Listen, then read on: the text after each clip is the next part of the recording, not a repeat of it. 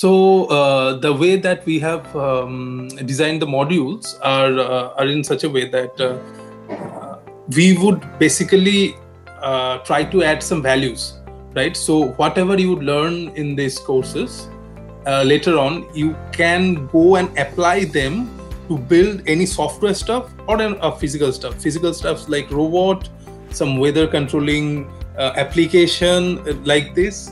And in software stuff, you can build a mobile application, you can combine both and create a mobile application that will actually control a robot. Why do you learn code? So basically to understand how the technology works, right? You encounter a problem in your city, right?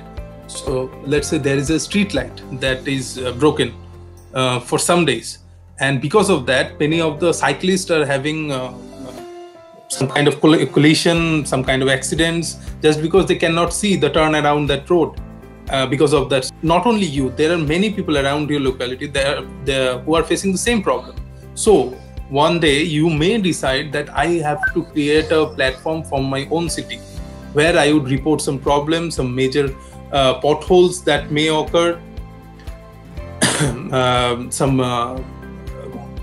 some street lights that are broken, some kind of activities that the localities are not working.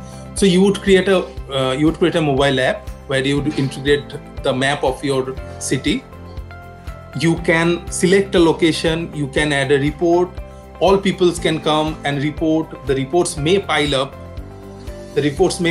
And based on the number of reports that each case has been has got, or for each case has been generated, the municipality can prioritize their action. So that way, not only you can help solve a problem with code, with technology, you can learn, and even in future, you can provide this kind of infrastructure to some kind of business too. So there is a monetization benefit, there is a social benefit. Everyone is benefiting in this situation, right? So this is how a technology can help nowadays, right? What the advantages computer have over human? They can calculate very, very fast.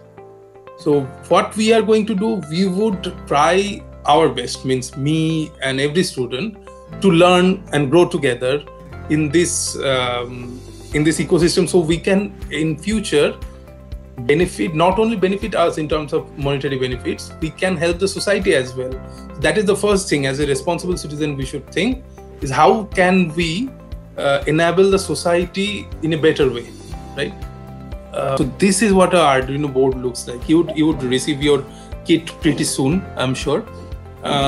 So this is just a basic computer. You can see it looks like a computer, right? It's a circuit and everything. So here is the main brain of this computer lies, right?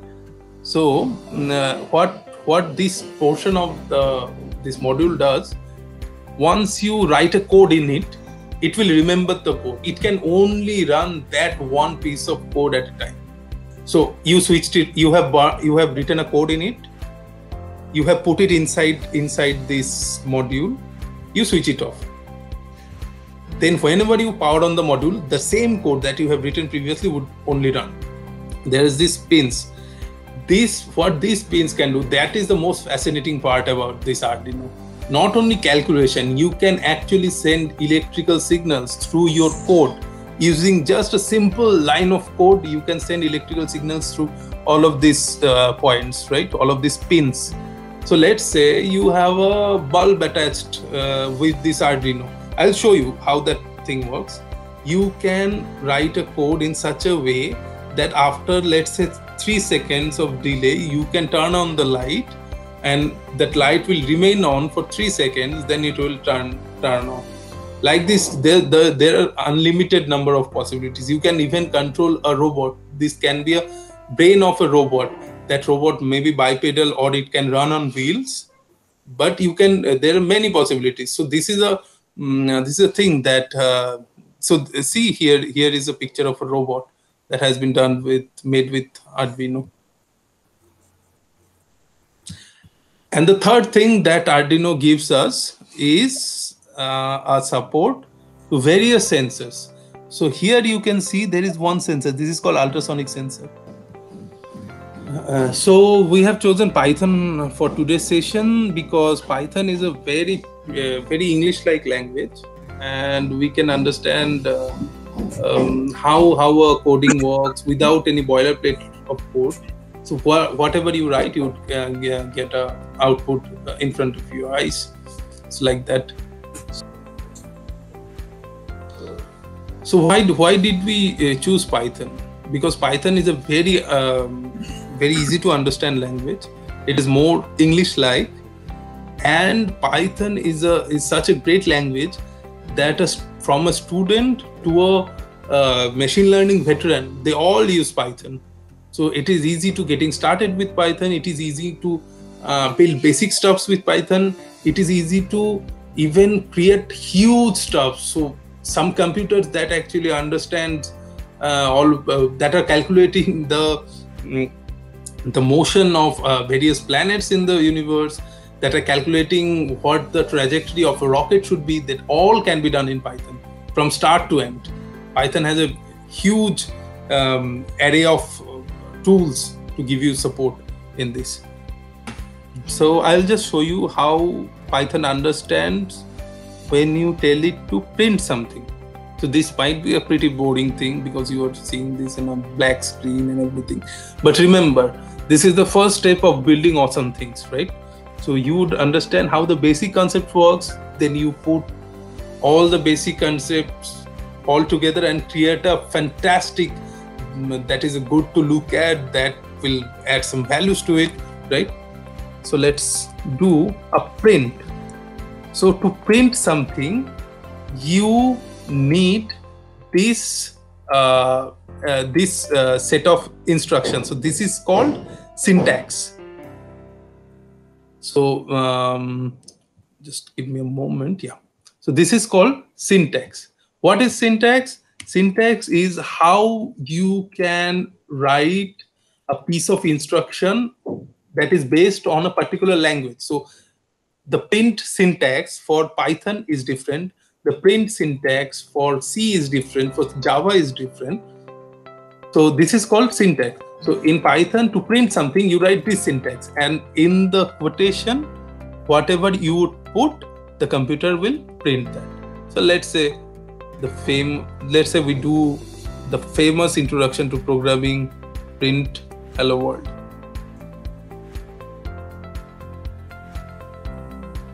And we done it.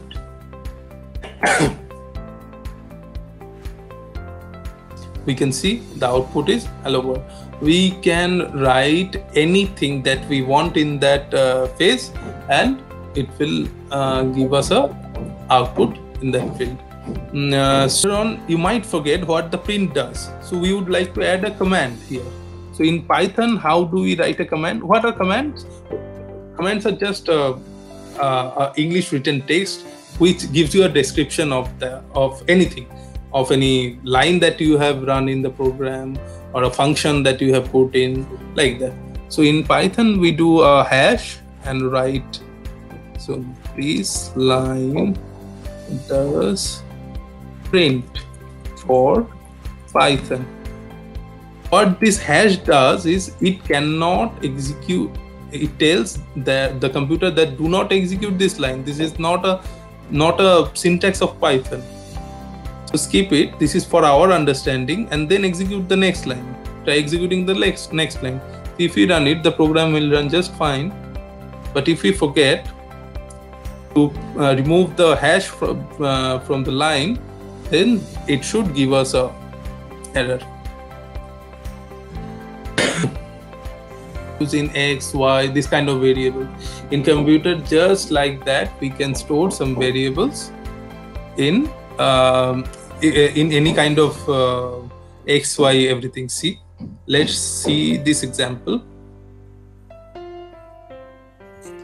Let's see this example. So there is a variable called X, there is a variable called Y, and before that you have learned the print statement. So using the print statement, you can print both of them. So you can change the content of variable, and you can pretty much guess what is going to happen, right? It will give us the output of the same things. So let's say you have a variable called x, and if you print only x, then it will print the value of x. And if you print what is the type of x, then it will tell you integer. Just like that, if you are taking a string variables, you need to take it in quotations. And if you print what is the type of it, it will say to you that it is string.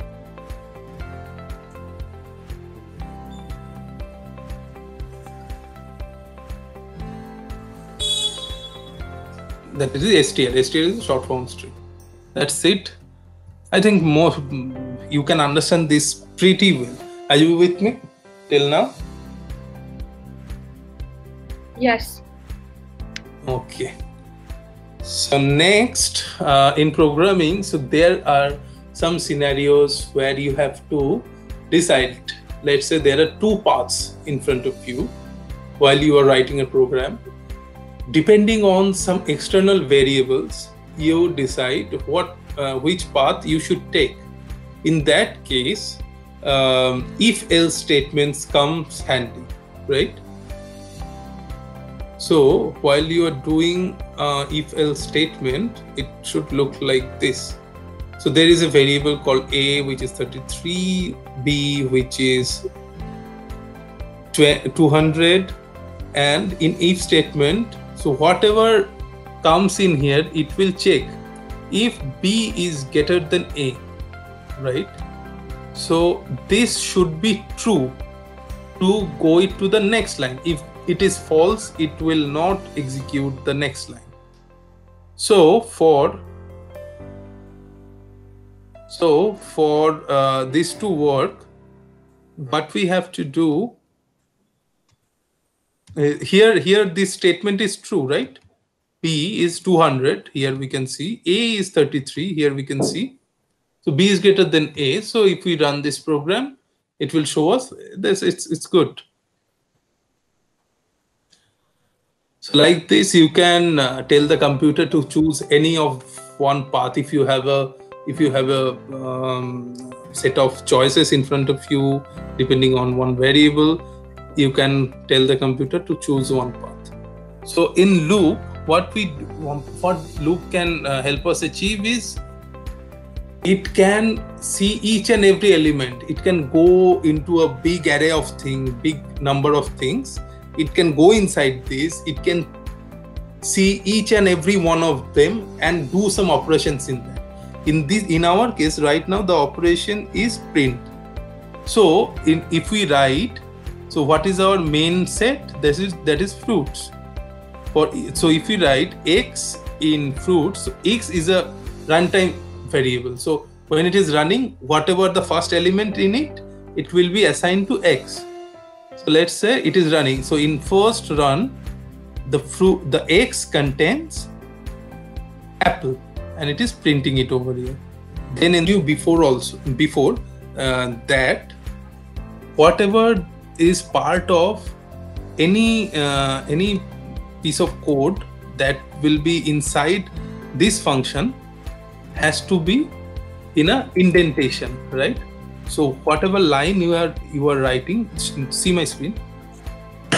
Whatever line you are writing, it has to be a tab away. So I will put a tab, and so that the computer understand, okay, so this colon means whatever line that is coming after this is my the part of this function, and whatever I am writing in a tab is also a part of this function. If up to this is clear, right? If you have any doubt, you can ask me. What you need to do, you need to practice them. You need to write some lines of code like this. I'll give you some assignments day by day for upcoming 2-3 days. You can complete them, and if you cannot, we can have a conversation over it.